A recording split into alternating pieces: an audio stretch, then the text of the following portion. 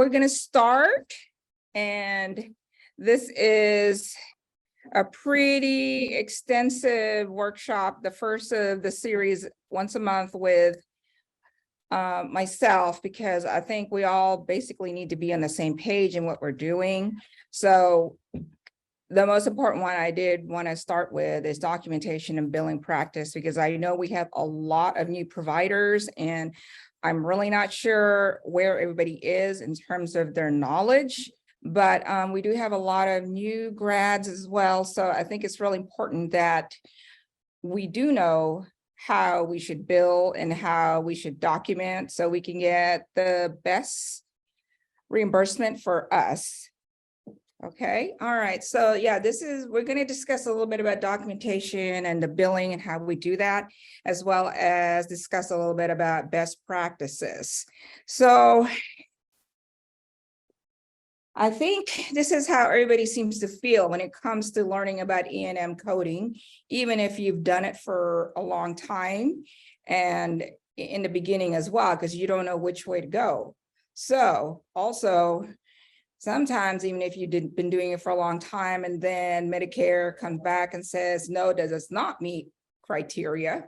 So everybody feels a little bit frustrated when you also believe that maybe it does. So now we're going to have the documentation to learn what we need to do in order to really give ourselves a rock solid note. Okay. All right. So we're going to start with new patients. And the reason why I started with that is because it is really extensive. If we did not do it this way, it would be very confusing for everyone. So it's just best to start with the main thing of what we do have to begin with was a new patient. And the common code we use is 204. And then from there, we'll lead up to the 213, 214, 215. Those are follow-up codes. And we're also going to learn about the therapy codes, what's needed for them, and which one you should pick. Also, the add-on codes. These are just things that you can tack on that you can make extra reimbursement, 10, 20 bucks, sometimes 40, sometimes 80, depending on the insurance and what they're paying. So the moral of the story is, what can we do to maximize a visit without killing ourselves and having to see 5, 10 patients an hour? Because I believe in working smart, not hard. And with this, less number of patients, the better patient satisfaction, the better you are satisfied with your career, with your work, because you're not burned out and you're happy. So we will be talking about the 205, which is the highest level of a initial visit. And then from there, we're going to talk about induction codes. These are, sometimes they can bring you in $500, $600 a visit when it comes to the Suboxone, but you have to be careful in how you document it. And so we will talk about that today. Also, a new code. Good news is those treatment plans that we are doing, it's not just for our documentation and to protect ourselves from Medicare paybacks, but now we have the opportunity to bill those. And so that's exciting, especially for the therapists. And then there is, in 2021, there is a new rule that you can bill high level based on time, and we'll talk about that. And the last thing is just to help everybody out, how you can best fill your schedule, and especially in the beginning of your career and so forth. And this would also help increase patient retention and keeping your schedule full. So just a few tips. All right, so let's begin. Let's talk about, what does it mean for a new patient? Okay, this means, this is a person that's not had any professional services, on the caveat that they haven't seen anybody in the same group within the past 3 years. So let's just say they were out for a year. They are not considered new. There are other codes that we can discuss with that later, but 3 years is the time, even if they haven't been in your office, they haven't been officially discharged. If it's been 3 years, they are considered a new patient. Okay, so let's talk about 204, which is the usual billing code we do for an initial evaluation, the patient that comes in. And this is usually 45 minutes. And believe it or not, it can be with a patient and or with family. So remember that the patient does not necessarily have to be there, but there are things we have to be careful with how you document if the patient is not there. And we can talk about that later. So 3 components in any kind of evaluation. You have to have what they call the comprehensive history. And there's definitions for that. This is Medicare definitions. And because what we think of comprehensive is different clinically versus billing wise for what Medicare defines it. So with comprehensive history, you have to have a comprehensive exam. And the last component that we need is medical decision making. The complexity is moderate. That's also a clinical, or I would say Medicare term, not so much clinical, but sort of correlates with that. So the trick is, moral of the story of this is, how do we understand Medicare terminology in order to really make sure that we are meeting their guidelines? Okay. Hello, come on in all. We got some more people. Okay, be careful. Okay. All right. This got taken out, Stephanie. Okay, all right. Okay. Welcome more. Okay. Okay. All righty. Be free. It's okay to sit in front of the class. I promise I won't give you a hard time. Is Zoom available? Yeah. Yeah. Okay.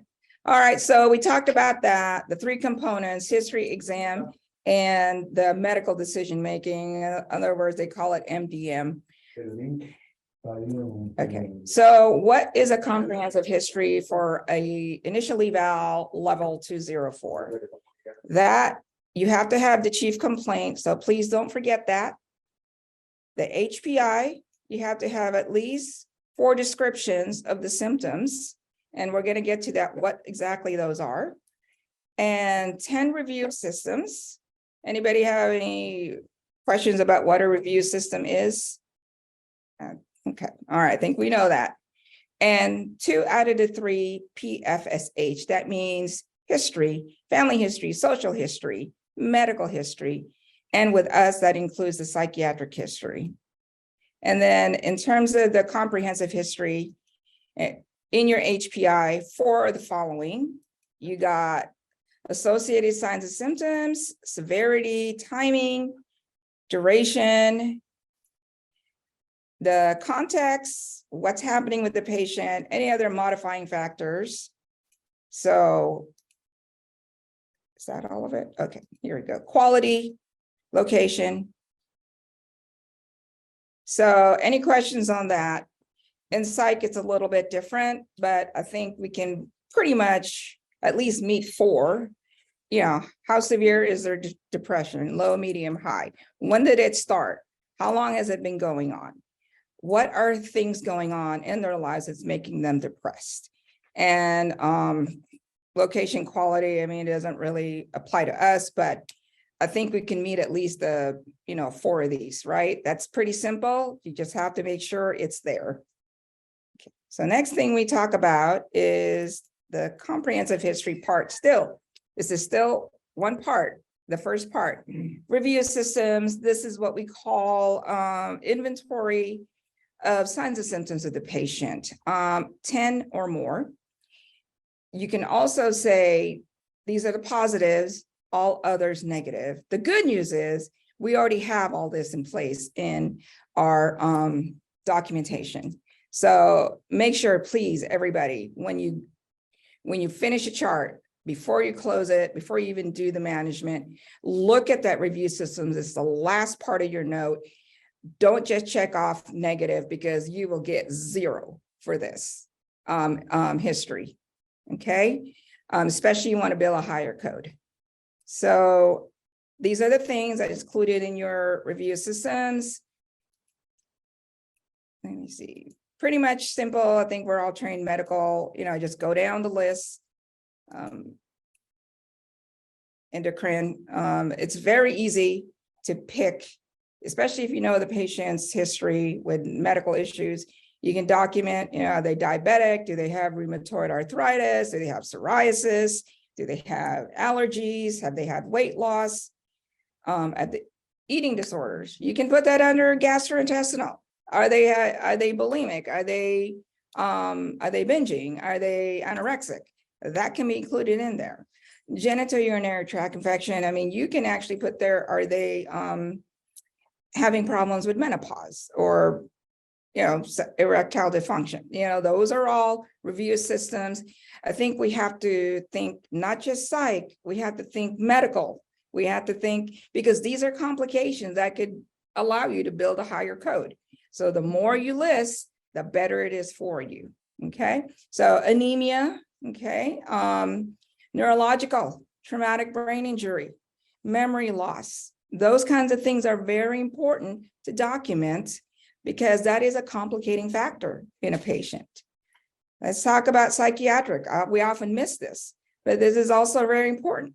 And when you talk about get all the history, yeah, are they depressed, anxious, not sleeping? Can they concentrate? All those things. That is part of the review system. This is just a bonus for you guys. Easy. Okay. So any questions on review systems? These are actually more than 10, but the good news is what we have in the chart is actually also more than 10. So you can easily meet these so long as you open it up and make sure you document things in there instead of just saying 0 and we didn't do anything.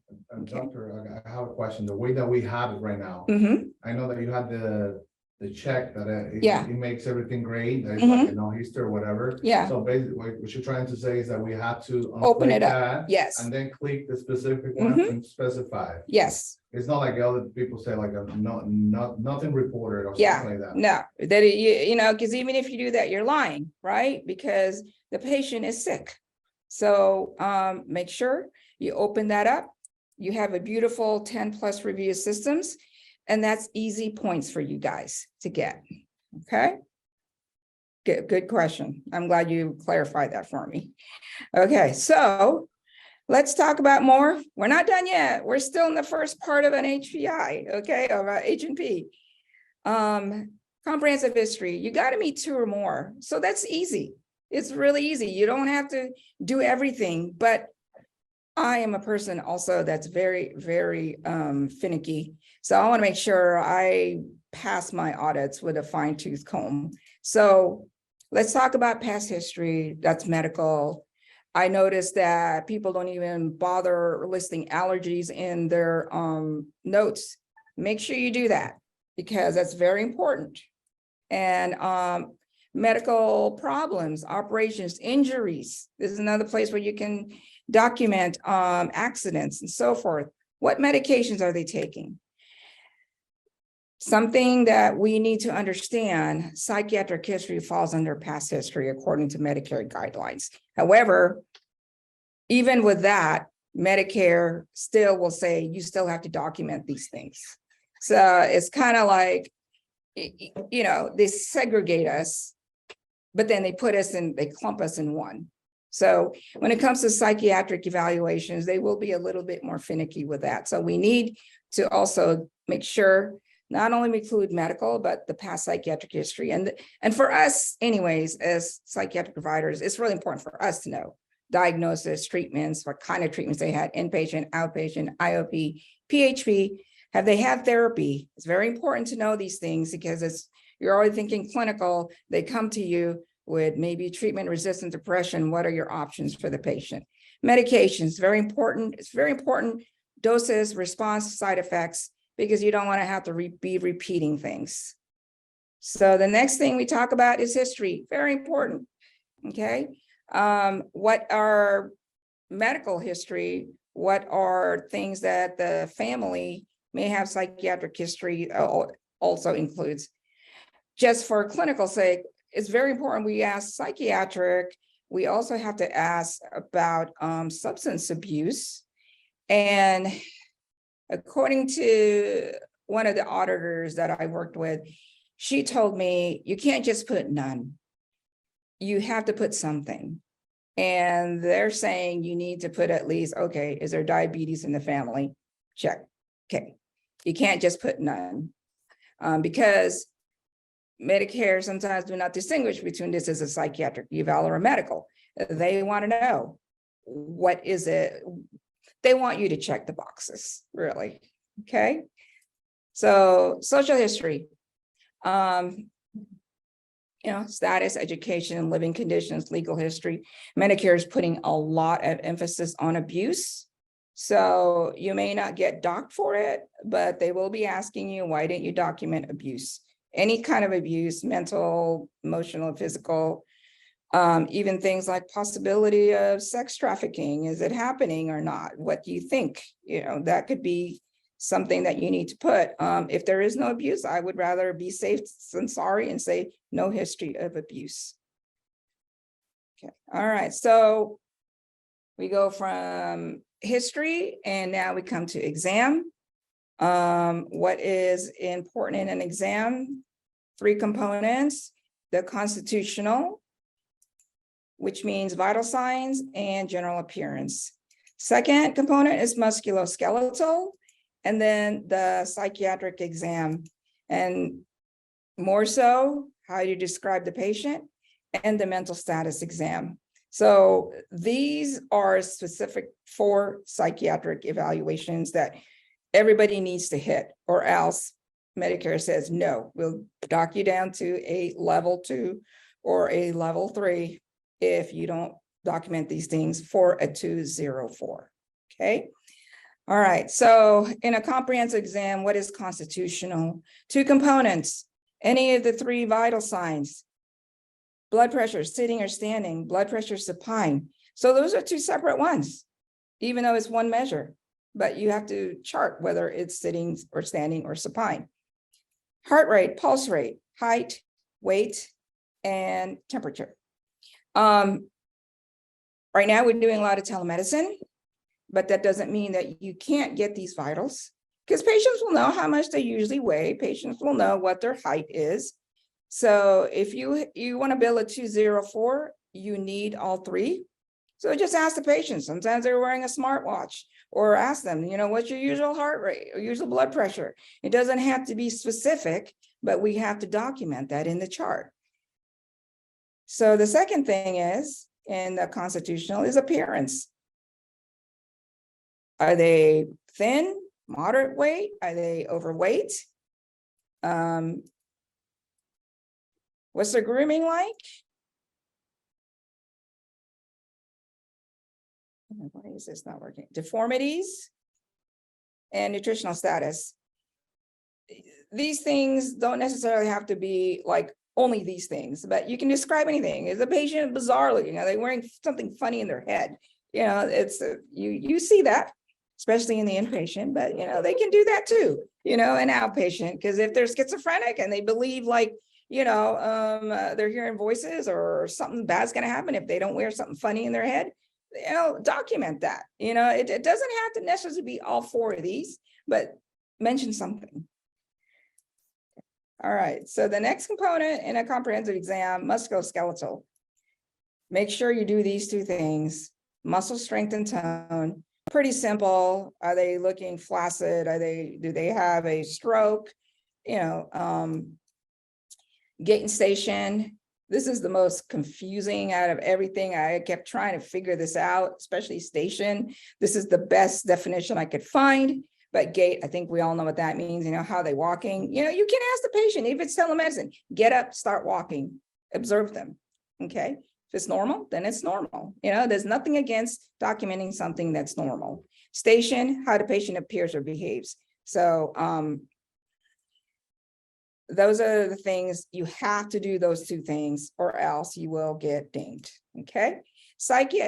Furthermore, when you talk about the psychiatric exam, you describe the patient in terms of their speech, their mood.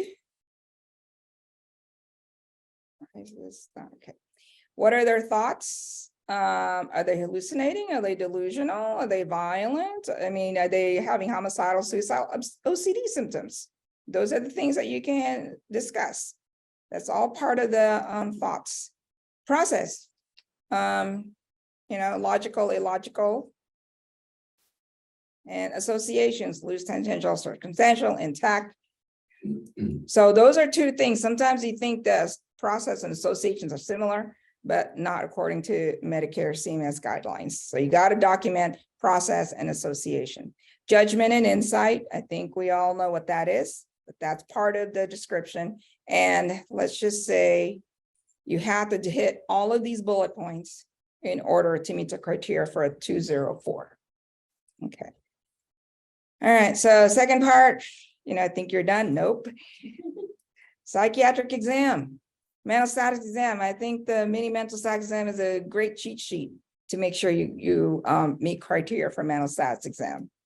Orientation, memory, immediate, remote. When you talk about immediate, 5-minute, immediate recall or 5-minute, I usually just bunch that up to like recent memory. Remote memory, what do you remember from the childhood? Remember 5 years ago, 10 years ago? That's when they refer to as remote. Okay. All right, attention. These are the things that you can ask the patient. These are the ones where, you ask them to calculate backwards, spell a word forwards and backwards, especially backwards is where you're going to get the points for that. Okay.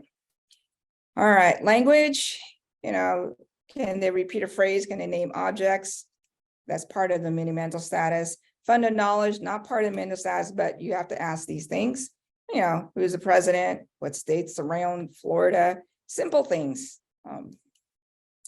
Okay, so now that we've done let's go back here. Now that we've completed the history and the exam, the hard part is, how do you determine what is moderate severity in your medical decision-making?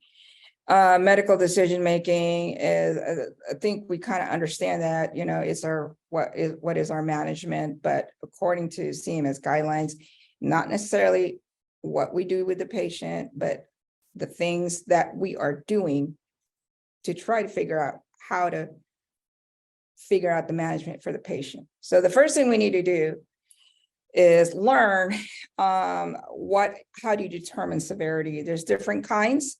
There's straightforward, low complexity, moderate complexity, which is what we're discussing here, and high complexity. So just remember those four so you can figure out when you see a patient who's complaining of certain symptoms, where do they fit? So medical decision-making refers to establishing a diagnosis or selecting a management option. So this is kind of helpful because it's like you don't always have to do both, but you're just going to have to figure out how do you make a decision to come up with a diagnosis, or what are you going to do? What are your management options to think about that? So how do we do that? The complexity will be based on the number of diagnoses or management options. The complexity will be like what you're reviewing. Is it really difficult to understand the records, the tests, or any other information? And you have to quantify the risk. So you got to figure out the problems, you got to figure out the management, and you got to figure out the risk. You can document all you want for a level 3, but if they're doing fine, that doesn't necessarily meet, a moderate or even high. So I think as clinicians, we can determine whether a patient is high risk or moderate risk. So that third component is very, very important in terms of your documentation. And in our templates, there are things in there that talk about low, moderate, high risk of suicide. So if a patient comes to you saying, I'm having suicidal thoughts, doc, for this week, even though they were not having those things, you can safely document high risk of suicide, and you can bill a higher code for that. Okay. All right, so medical decision making is moderate severity. First thing we need to do is define a problem, and which is a moderate problem. And then we do analysis of data. And in a 204, it is moderate risk. It's kind of repeating what I talked about in the previous slide. So in a moderate severity, any one of these things below can meet that. Just one. Just remember that. One or more chronic illnesses with mild exacerbation, progression, or side effects. So if the patient is having trouble with their treatment for schizophrenia and they're having side effects, you just need one, okay?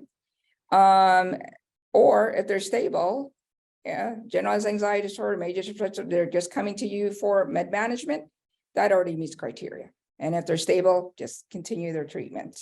And new problem, are they having a new problem? Are they saying now, I think I have ADHD, doc, so any one of these, you don't have to put all of them in your problems, but I do, because it's like, hey, I want to make sure I meet my criteria. And if it is a new problem, you better indicate that as a new problem in your notes. And we have those two in our templates, that there are all those things already. Miguel was great.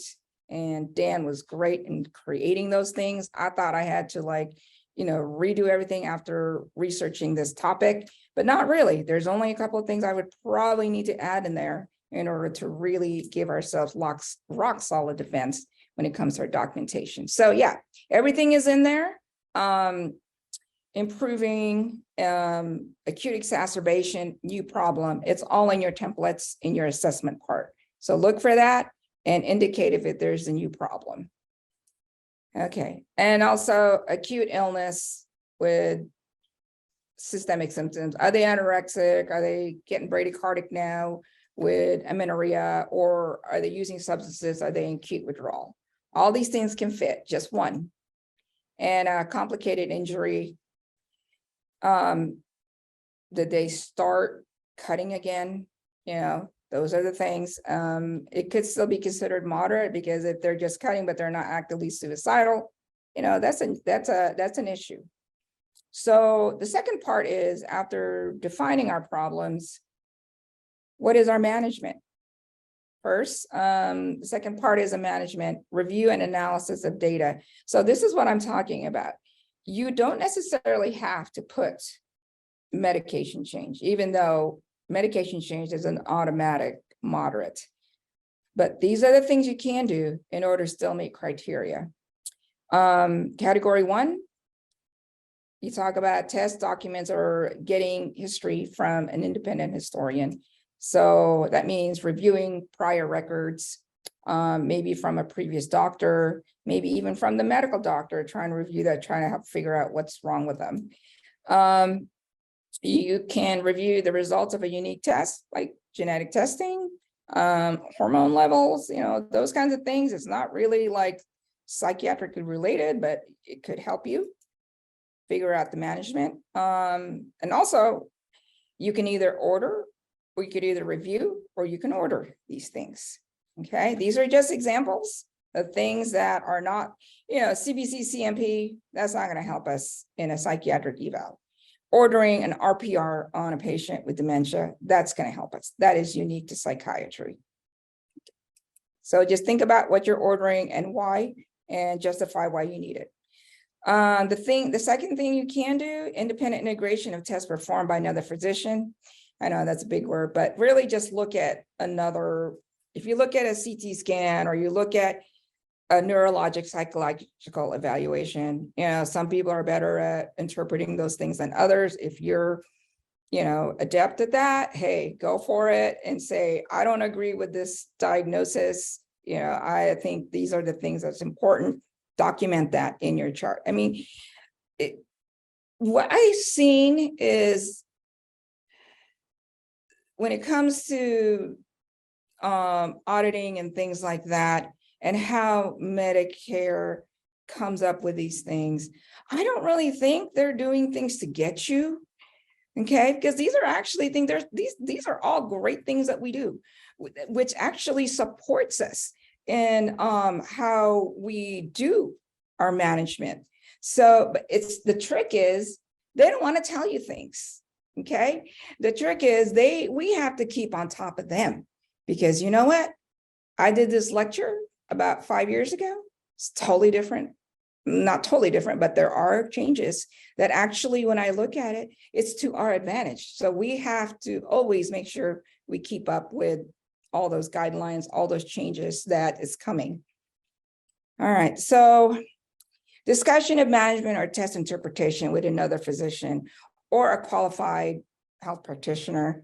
Yeah, if Miguel comes to me and says, I don't understand this genetic testing, doc, can you please explain this to me?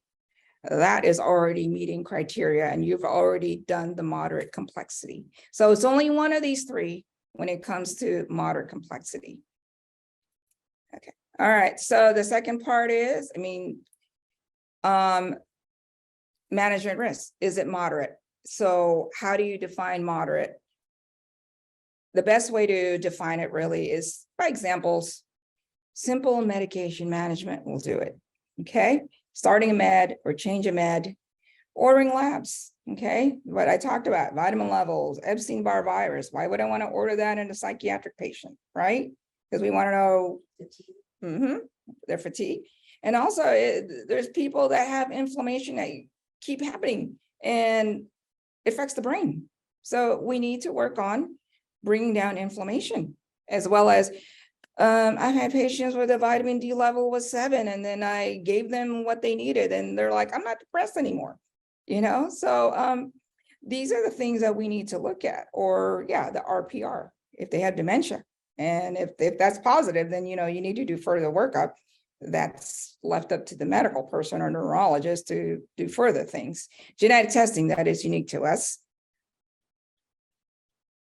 And referring to a counselor. So it goes from pretty much what we do with med change, ordering labs, or just referring the patient to counselors. Look, I don't think you need meds right now. You need a counselor. That is still considered moderate because you've done something. Okay. All right. That's Carrie. She's probably asking for another ETO. Can you call her? Okay. All right. So any other questions regarding 204, which is what we usually bill in an initial psychiatric eval? Anyways, all right. So now that we've done that, I think everything else is pretty much, we've done the hardest part. We've climbed the hill.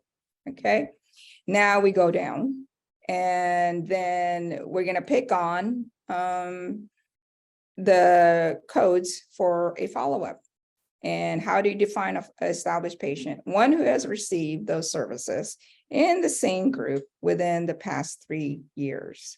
So let's just say they've seen somebody else somewhere else and they come to you. That's still considered a new patient for you. But if they've been within the group, or you want to send the patient to somebody else in the group for a second opinion, that's still considered a follow-up and established patient, and you have to code according to that, not a new code. The caveat is if they haven't been seen in that same year, you can bill a different code. It's the one that we used to bill all the time before we were allowed to bill E&M, which is a 90792, once a year, but you have to have a new problem that started with that. Okay, but that's pretty easy to finagle out of the evaluation. Okay, so let's pick on level 1. That's pretty easy. And these are the ones that are really not complicated, 15 minutes. Patient or family. 2 out of 3 are required. This time, a 213 is considered a expanded problem focused history. So just remember the word expanded problem focused. Pretty simple. Chief complaint, HPI, 1 to 3 bullets. You don't need all 4. 1 review of systems, no PFSH. Okay, so just make sure you still open up that review systems and keep it there. That way you have documentation of what's happening with the patient as well. But the good news is I think all this stuff is already in our templates, and every time they ask for an audit, it's already included in there. It is important though that you do document whether you reviewed the PFSH. Okay, not required for this one, but is required for certain ones.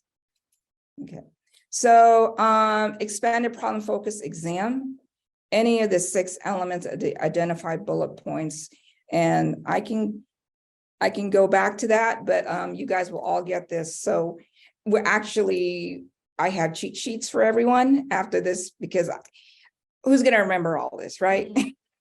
So if you're not sure, those are cheat sheets, but those cheat sheets will not make a lick of sense unless you go through this lecture. Okay, so those are the things that, you know, what is a level 1? It'll tell you, you know, these are the things that are required in blocks. So I'll pass that out.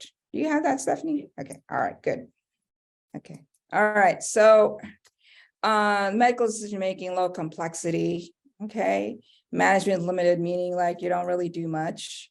So when it comes to the problems, there were low, moderate severity. How did we determine that? 2 or more self-limited, 1 stable, 1 acute complicated.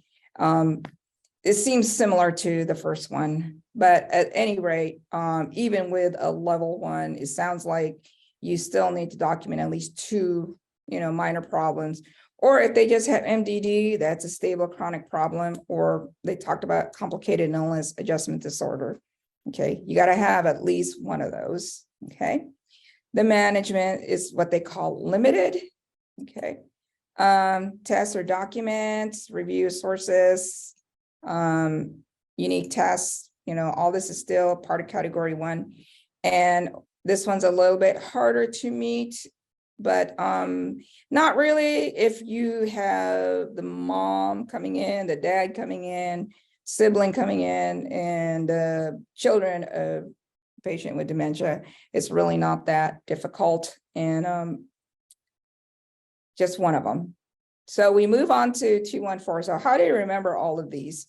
If you remember, let's go back to this. Okay, let's go back to this.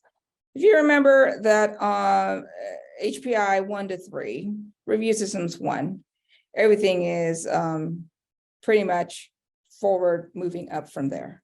Okay, so let's go through.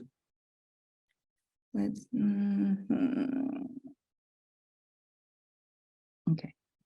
All right, so follow up. This is the normal regular visit that we normally bill, middle of the road. Okay, 25 minutes typically. And I want to say that with a grain of salt, if you meet all the criteria for a 214, you don't have to document that you spent 25 minutes with a patient, so long as you meet all this criteria. 2 out of the 3. So in HPI level 1 is 3. So the next, you know, forward, you got to have 4 of the components of the HPI. You only need 1 for review systems for level 1. So you need 2 up to 9 review systems for a level 2 and 1 PFSH. And this is where I talk about you need to just make sure you've reviewed past medical history. There is a comment on that, a template on that in your assessment and plan section. So just look for it. That'll cover you. Okay. All right. So 9, the exams are, you got to have 9 of the bullet points, and not everything, but 9. Okay. It is moderate complexity. The management is moderate. So how do you determine that?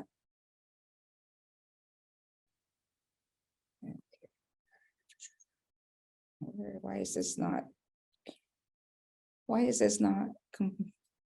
Okay, there we go. Okay. All right. So how do you determine a problem is moderate to high severity? I Other one of these, chronic illness exacerbations. This doesn't want to cooperate with me. 2 or more stable chronic disease. This is kind of similar to what we discussed with a new patient, okay? All those things, they seem simple enough. In a moderate, all you need is 1 to meet this. So you don't even have to make a med change. If you can categorize that you reviewed these things, then you meet criteria. Okay. So any one of these, reviewing, ordering, and same thing again, reviewing a test done by another doctor, the results, and going through it yourself. I got a question, doctor. Mhm. If you have genetic testing, that we always review genetic testing probably most of the visit, that counts, so. Yeah. It does. Yeah. Yeah, you reviewed it, make sure you right there. ED. Yeah, you review it. Okay. So, and of course, discussion and management with an external physician or qualified QHB. So you don't even need to review any tests. You don't even need to make a med change. If you discussed it with myself or discussed it with the therapist, that meets criteria already, but you got to document that. Easy enough, right? Okay. So some of the examples, med change, ordering the tests, referral for counselor. That's the same thing as if we did with the 204, with the initial eval. So it's essentially the same thing, but is it follow-up? Is it a new patient? Pretty much same criteria. So we're gonna just, I would say, put that in your head and just remember those are the things you need to think about. Okay, so you want to take a break? I want to keep going. Want to keep going? Can you take a break with lunch? Yeah, do we have lunch? Yeah. Okay, you want to do that now? No, I don't know. Probably it's not here yet. Okay. All right, let's just go and then we'll just take a break when we have the lunch comes. Okay. All right, so let's talk about the 215, which is where even myself gets kind of questioned on. And I just want to warn everybody, any 215 that's built through Medicare right now is going to get an automatic flag. It's not so much that you can't bill it. I need for you to be aware, what are the things that'll make sure that you will pass, okay? The litmus test. A 215, 40 minutes, typical, or you meet these criteria, okay? 2 out of 3 following components are required. So remember, when it comes to just the 205's initial, it's a little bit different. So when it comes to established follow-up, you can bill a 215 so long as you have these things, 2 out of the 3. Comprehensive history, chief complaint, please don't forget that, HPI, 10 review systems, and 2 out of the 3 PFSH, family, social, past medical history. You have to have all the elements of a bullet point in your exam, just like as if you're going to do a 204. Okay, so vital signs, 3 vital signs, that's where people get dinged on. You better do it. Okay, and everything else, mental status, musculoskeletal, because that's all pretty much standard in our templates. So it's not that we're going to miss. It's the issue with the vital signs. Just remember, you can have 2 blood pressure readings if they have it, but the easiest thing to do, height, weight, and usually ask them what their normal heart rate is running or blood pressure is running. Medical decision-making, you can, document all you want and try to get a level 3, but if they're not suicidal, homicidal, if they're not having a sudden change and decline or an acute problem where like I'm having all of a sudden I took that medicine yesterday, doc, and I'm like shaking like crazy. It's not going to meet the high complexity. So you got to make sure they do meet high complexity. The problem is high and the management is high. How do you determine high complexity? Well, the presenting problems, you can have 1 or more chronic illness with severe exacerbation, progression or side effects of treatment, significant functional decline, and severe akathisia. That's what I mentioned earlier. One or acute chronic injury that poses a threat to bodily functions. So how do you get away with billing a 215? If the patient is telling you they're suicidal, I mean, you're already like, the hairs on the back of your neck is already standing, because I'm like, do I really have to Baker Act this patient? But even then they're saying I'm having thoughts of suicide.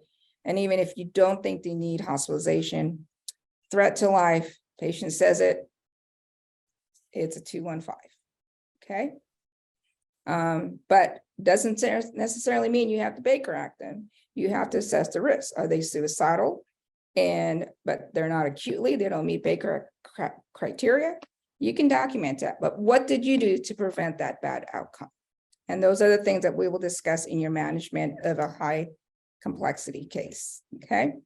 Management, 2 out of the 3. Remember all the other ones, just meet 1. So this one is going to be a little bit harder to meet.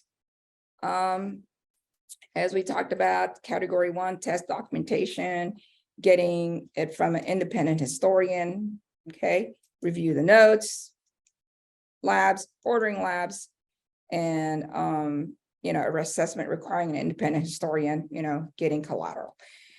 You would think that all should be different components, but that's all in one. So that's changed a little bit compared to what it previously was with Medicare documentation. So just remember that you can do all these things and you can order 5 million tests. It's still considered 1 point. Just remember that. What may be clinical to you, Medicare doesn't want to think of it as relevant. Okay, that's how they are, because they're all about trying to get your money back. Okay.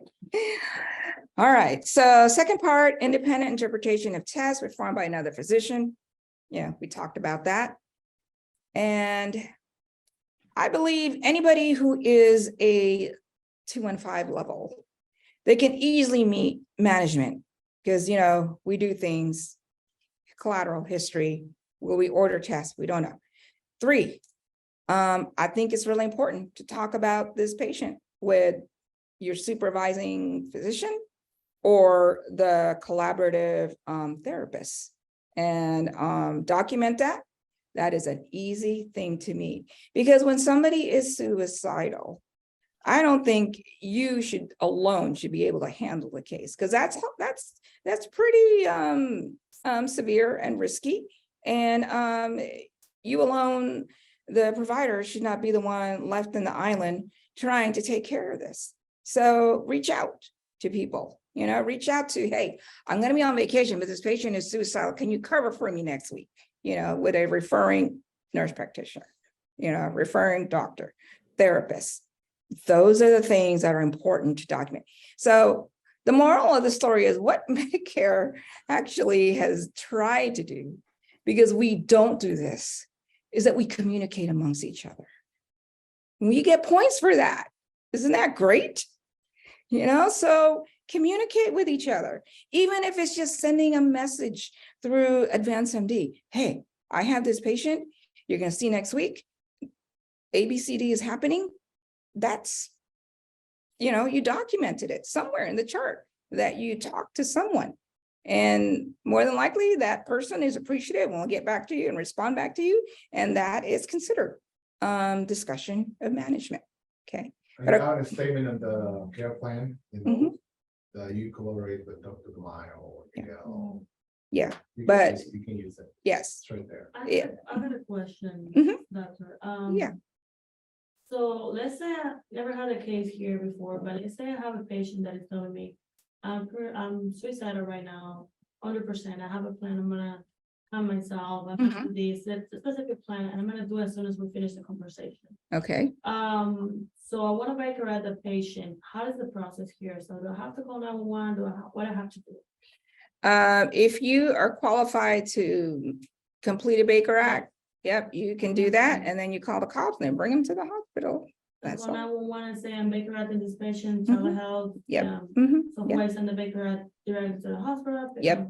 Yeah. You can send it, I guess you could, if you are at home doing telemedicine, you can still do the Baker Act. You can send it to the front desk and then they'll give it to whoever else needs it, the police or whoever. Okay. So just go to say, I already Mhm. make her at this patient, it's dangerous to self right now. Yep. And give it the address. Exactly. I've done the Baker Act via telehealth. Mhm. Usually they expect they will be present. Mhm. Present. Yes, Yeah. that's the The question. best way to handle that, because what happened to me, I had episode that I had to drive at the patient's house, Oh. because no one was waiting for me. Wow. Here So- it's different than mine, that's not. Yeah. Because they used to wear ALF and nursing facility before this job, Yeah, and it's different. yeah, Police, Miami police does Baker Act, here in Lee County, they don't do Baker Act. Yeah, they do. they do. It must be justified. Yeah, For example, And they don't transport patient, they have to be, it's They like, do. patient is the Baker Act, said danger to self and others, how is it gonna be in an ambulance? yeah, yeah. Look, the problem here is like, the patient is not that Baker Act, for example, ALF patient. They call you, the patient is aggressive, whatever, and then you say, okay, you go over there, you go with the patient and do a Baker Act. Give the Baker Act and the ALF and call on.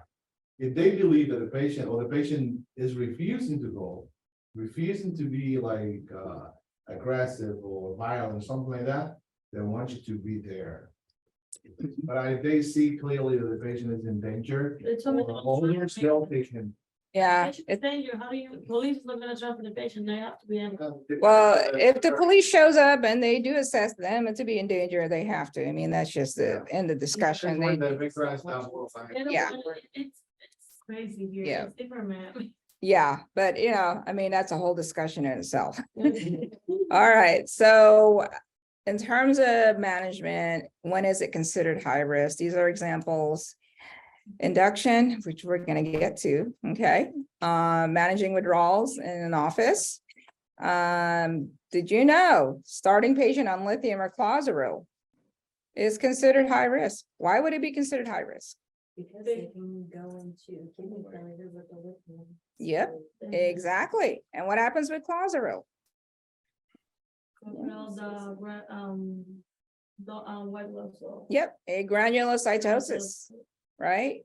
So, because these things can lead to death. Yeah. So it's considered high risk. Is closer to high risk every time? That's what it seems like. But every time, even when you do follow-up.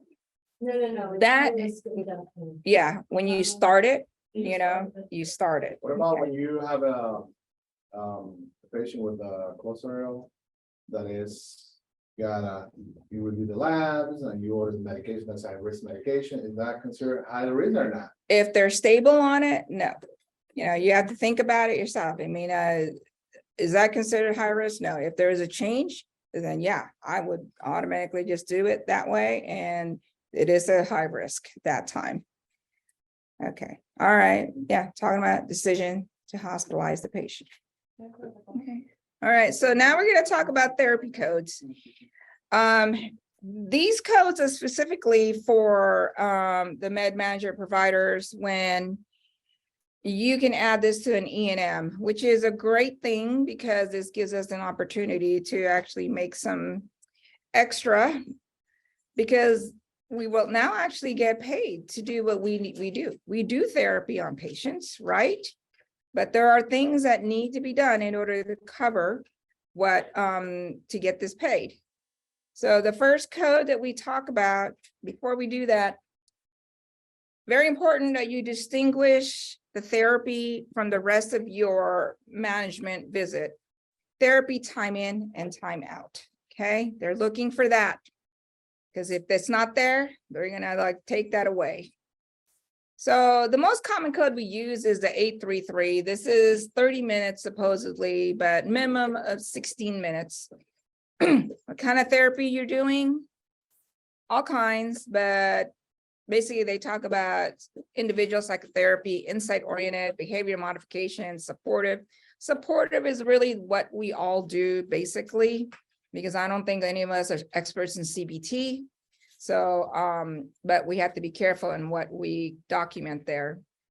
When it comes to the therapist documentation, that's a little bit different, but we can just document the things that we are doing, and then I'm gonna get to like what exactly that means, okay? So if you're seeing a patient, especially if they're a new patient, you can tack on a higher code, but make sure it's time in and time out. Same things required. And 838, sometimes this happens, rarely, but 53 minutes is the minimum. And two things that are definitely required for documentation. Number one, what kind of therapy you're using, okay? Supportive, CBT, believe it or not, lifestyle or doing things and telling the patient to eat right, sleep right, and all that, that is considered therapy because that's not medication, but it's actually to enhance the patient's lifestyle. Insight oriented, I mean, you're just trying to get the patient to understand you're a really bad drug addict, so you need to stop, but but you need to document, is it insight oriented, like educating the patient and what it means to have substance abuse problems. You got to document that. So generalized supportive, what is supportive? Listening to the patient, not just support the patient, okay? Listening to the patient, allowing them to vent, okay?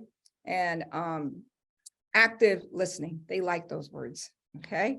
In your therapy interventions.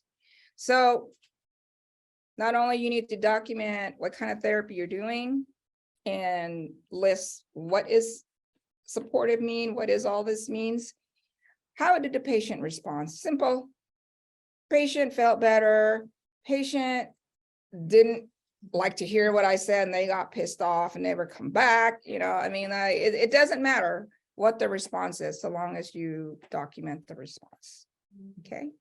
So those are the criteria in terms of the documentation, the time in, time out, what kind of intervention you did, and how did the patient respond? Because I think now they're really looking towards not some generic templates, like what kind of participation the patient had during the therapy.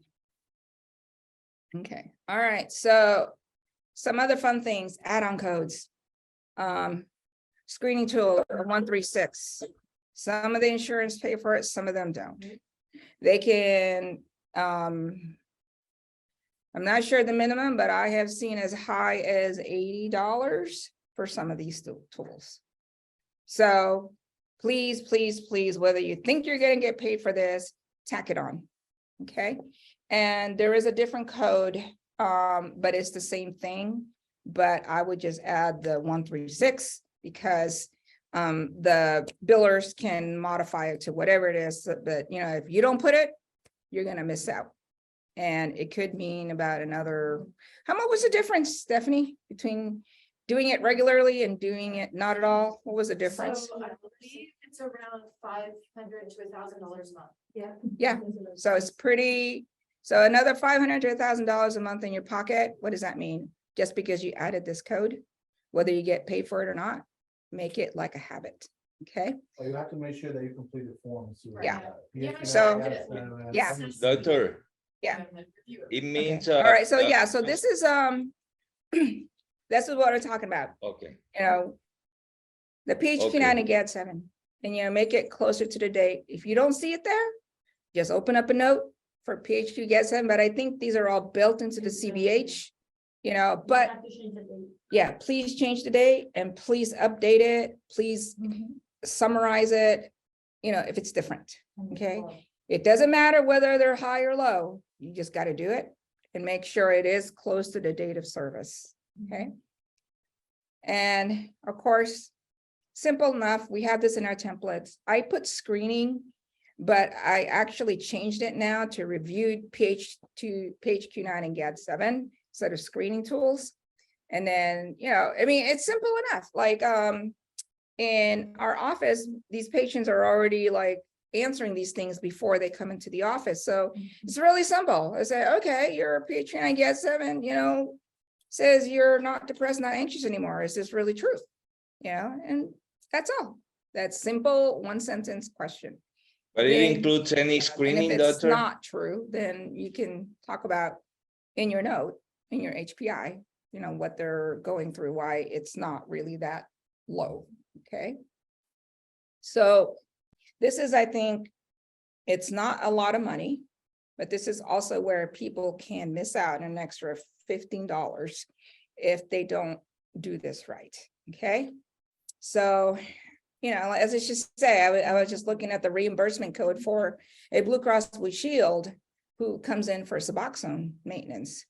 You can make as much as $250 in that visit. And if the patient comes in with their spouse or whoever, and they're coming in for a Suboxone visit, you know, and the wife said, well, he's not really doing what you're telling him to do. He's, you know, overusing it. He's not taking it. He's using other drugs. You know, that is interactive complexity. Not all insurances pay for it, but it's best that you put it in there in case you do get paid.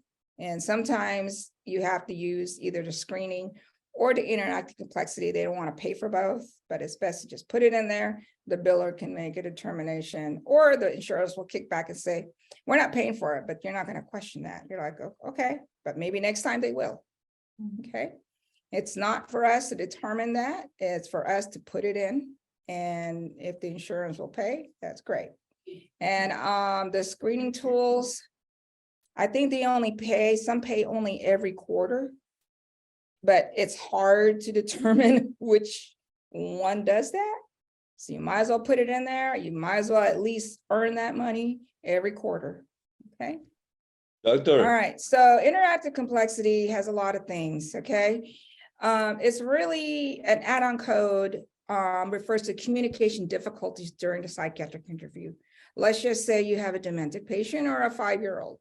You know that the complexity is going to get pretty hard because kids may not want to tell what's happening, or they may not know that they're having these issues. They may not see that they're hyperactive. They may not see that, you know, they're depressed and all that. So these are the things that we have to meet when it comes to interactive complexity. Is the communication difficult for the patient that's present? Okay, so yeah, we talked about minors, dementia, or are you severely psychotic, or autism? You know, like you can't really communicate with someone who's autistic, but the caregiver is there to try to like give you some history of what's going on with the patient.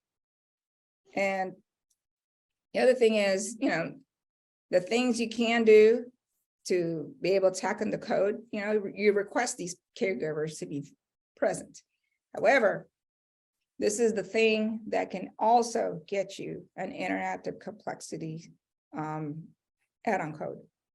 Calling social service, calling the police because somebody said they're going to threaten to kill someone, or speaking to the teachers.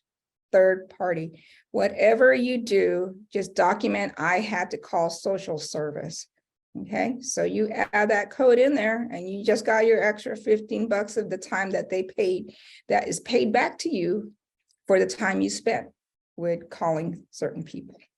Okay, so let's go back to, so therapy codes, screening tools, and interactive complexity. In a beautiful, perfect day, yeah, you can make as much as $250 for a 20-minute visit. Okay. I don't know what your situation is with the patient, but adding these things, and that's only like a level 2, a moderate. Okay. All right, so let's talk about a couple of things that we have to talk about with interactive complexity. I think we discussed all this, you know, play equipment, bring an interpreter in because you don't understand Spanish. It doesn't matter who the interpreter is. It could be, you know, the spouse. It doesn't matter, as long as you're doing something to overcome that language barrier between you and the patient. Okay. Things that you can do, if you have a psychotherapy for crisis code, that doesn't necessarily apply to, you know, med managers, but for therapists, you can't add that in there. As well as if you don't do any psychotherapy, then you can't add that interactive complexity. So that means if you bill a 214 and don't bill a 833, then you can't add the interactive complexity. Okay, because a lot of it is really why is it's done that way? Because when it comes to therapy, there's a lots of maneuvering and things like that that you will need extra help with. Okay, so in those cases, you know, if you have a therapy code with your general like med management code, then you can. So at that time, yeah, don't bother putting that in there. But if you're doing all the therapy and everything else, it's okay to add, but of course, document. You can't just document like, okay, the husband was present. You know, you can't just do that. Just wording it differently. The husband was present to give collateral because the patient is a poor historian or the patient can't speak for themselves or they're too anxious. That's where you're going to get that code added and paid. Okay. All right. Okay, so let's talk about the 205, which is an initial evaluation. These are higher complexity cases. So let's talk about what makes that happen. 60 minutes with a patient, and you have to have these things. 3 components: comprehensive history, we already discussed that, comprehensive exam, and medical decision-making high complexity. We talked a little bit about this in 215. So essentially almost the same things, okay? Chief complaint. Anybody can already tell me what things are the HPI that we need to know about, right? 4, it has to be 4.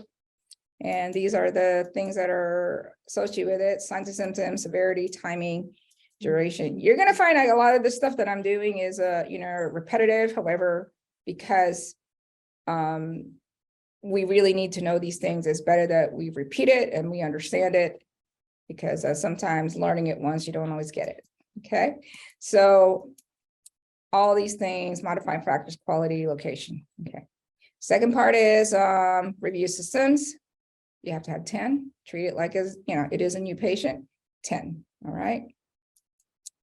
And exam, all the elements: vital signs, constitutional, musculoskeletal, psychiatric exam. You know, we talked about all the processes of a patient's thoughts and the mental side exam. All those things, and don't forget your vital signs, 3 of them. Okay. Okay. All right. So the medical decision making, as we said, high complexity. These are the things. It's interesting how you only have 2 things that you really need, but so it makes it easy on you. So anytime at all that somebody comes in and there is such high risk, and these are the high-risk cases where significant function and decline, severe akathisia, hallucinations, command hallucinations, of risk, suicide, homicide. Okay. All right. So 2 out of the 3, and we talked a little about that in 215, basically the same thing. It's not that hard to do when it comes to a new patient.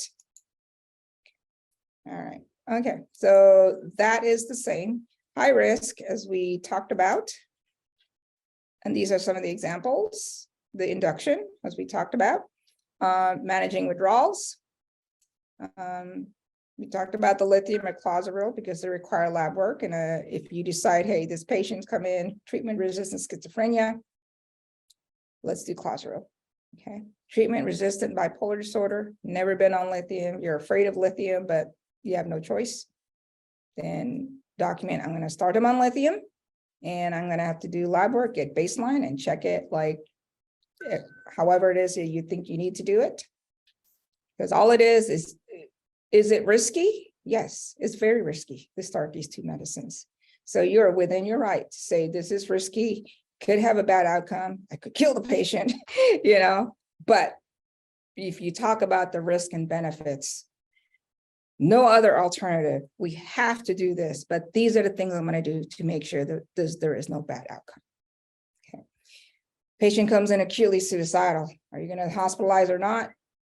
What are the steps you're going to take to say, well, they can be treated outpatient? always talk to the collateral.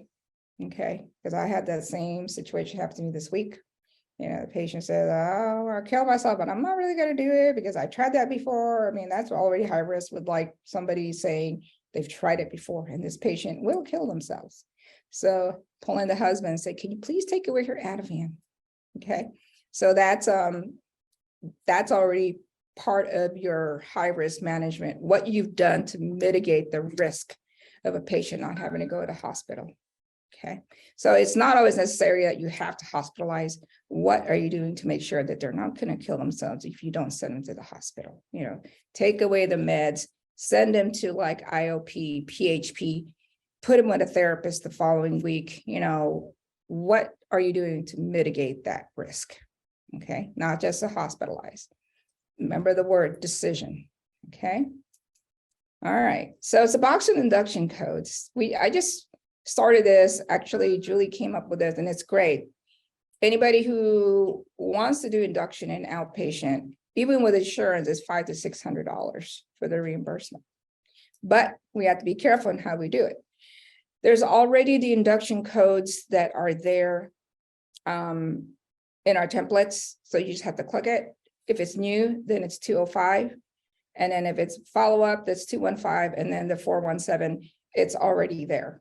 Okay. So what are the documentations needed? Everything that is needed in a 205 or a 215. And then you have to document the induction process. Okay. And do we do inductions here in this office? Okay. So if you guys are not doing it like this, then you're missing out on some even bigger money in order to get you the highest reimbursement. Okay. You do your cows and how much Suboxone is given. You know, you do the cows before they even be given Suboxone. And then you give the Suboxone. Okay. And you do that, you know, after 1 hour, you do another cows and you can make a determination whether they need another one. Usually in the second or third hour, you know, once you get to a maximum, I never really get there when it comes to outpatient. I usually end up with 8 to 12 milligrams. But that's never happened to me where I couldn't get them even at 16 milligrams, but it can happen. Then they're gonna have to come back the next day. It doesn't really matter what your management is, so long as you're documenting all these things and justifying your treatment. Because you don't want to say, I did induction on a patient, end of story. They're not going to be like, what did you do? You know, and of course, all the other components as part of it. And you tack on that 417, click on the billing code for it, and Julie, the biller, will handle it. Okay, so we talked about that. Did they come back the next day? Hasn't happened, thank goodness. Okay, exciting code. Treatment plans. You know, we all have to do treatment plans because if we don't, especially the therapists, we get to give back money to, you know, Medicare. So now, before we never used to even get paid, but we can actually get paid if we do a treatment plan at the most once a month. So you're sending a patient for counseling and you need to get on your therapist about, you need to do this treatment plan because that's an extra maybe $40 a month in your pocket. Okay. So these are the things that, you know, in general, CMS requires a treatment plan with the therapist, especially if you're billing incident to. You got to have a treatment plan every 3 months. And that's another lecture in itself, what a treatment plan is. Okay. So we talked about Medicare is actually paying for this monthly. So you may be able to tack on and pay for this every month. What I do want to tell you is it doesn't really have to be a therapist. Anybody can do this if they're not seeing a counselor, but if they're documenting, they're coordinating with care with someone, you know, like the home health nurse or, you know, all those things, you can still get paid for it. And there is a template. So long as you follow that, you can bill that on a monthly basis. Okay. And there, only the med manager is able to sign off on this, but make sure it's not on the same day as a therapist signs. Okay. All right. we talked about that. And more exciting news. You don't have to meet all the elements of whatever billing code you put, 214, 215 and all that. So long as you can document the total time in and time out of the encounter with the patient. So you can bill a 215, but you got to document what it takes to get a 215. What is the time allotted for that? Okay. So with this in mind, though, you cannot add like a therapy code to it. Okay. So you have to choose one. You know, if you think you have enough to bill a 215 or a 204, and then you can add a therapy code with it, then you don't have to do this. Okay. Then you can't. So you have to choose one or the other. Okay. So of course, you can't just bill 215 and not chart what you did. Okay. They're still wanting you to do a couple of things. You know, these are just the examples. Are you reviewing the records even before you saw the patient? That's part of it. You can include that in there. And, you know, getting a separate history, all the things that we talked about, you know, reforming the exam or evaluation, counseling, education, ordering a test, referring the patient, okay, to a therapist, even looking up the EHR or other health records, independent interpretation, okay, or communication, you know, getting collateral and case coordination. I mean, are you referring the patient to the therapist, and you need to tell the therapist, these are the things that the patient needs, you know, A, B, C, D. So that's the good news, okay? For new patients, anywhere between 45, 59 minutes. So just remember 45 is like the minimum. If you can hit that, great. And the 205, 60 minutes is 74. Follow-up visits, these are the ones 20 to 29 minutes for 214, 30 to 39, 215, 40 to 54. So let's talk about patients' visits without the patient present. You can bill for it, but in order to cover yourself, this is what I usually do. I usually will put in the time in and time out. Can't do therapy codes, can't do out-on codes, but at least you'll get something for the visit. So you can't just, this gets you away from having to say, no, I can't talk to you. I don't have the time to talk to you. I have actually done this with patients. I have scheduled fathers, sisters for visits, and time in, time out, document what you did, and you will get paid. The patient does not have to be present, because you can say, the father's here to talk to me alone, because if the patient is here, the patient will get upset, and the patient is not, it's going to lie, you know, all those things, you know, the reason why you would need to talk to the caregiver alone. All right. So a couple of suggestions. This is kind of like not really tying into here, but it's a few tips to, especially if you're starting and you're trying to build your practice. So how do you improve your schedule and patient retention? I always tell people that if you make a med change, you know, if you think you still need to check on them, even if they are not any med change, ask the patient, can you come next week? 9 times out of 10, patient will say yes, because they like to know that they're being cared for, that somebody really is watching out for their well-being. I've never had a patient say no. So if they want to come back and see you the following week, do it, because your schedule is still a little empty. Get it done. Catherine did that, right? And boy, did she fill up like that. Okay. Yeah. Maybe it makes it practice. Patients don't come. That's why it's easy. Okay, so the issue is always try 99%, get this patient on the schedule. Even if you don't think they need a serious follow-up, you don't want to lose that contact with them. 3 years, 6 years, 1 year, put them on the books. That way you're not losing them. And, they came in to see a psychiatrist, they came in to get psychiatric treatment.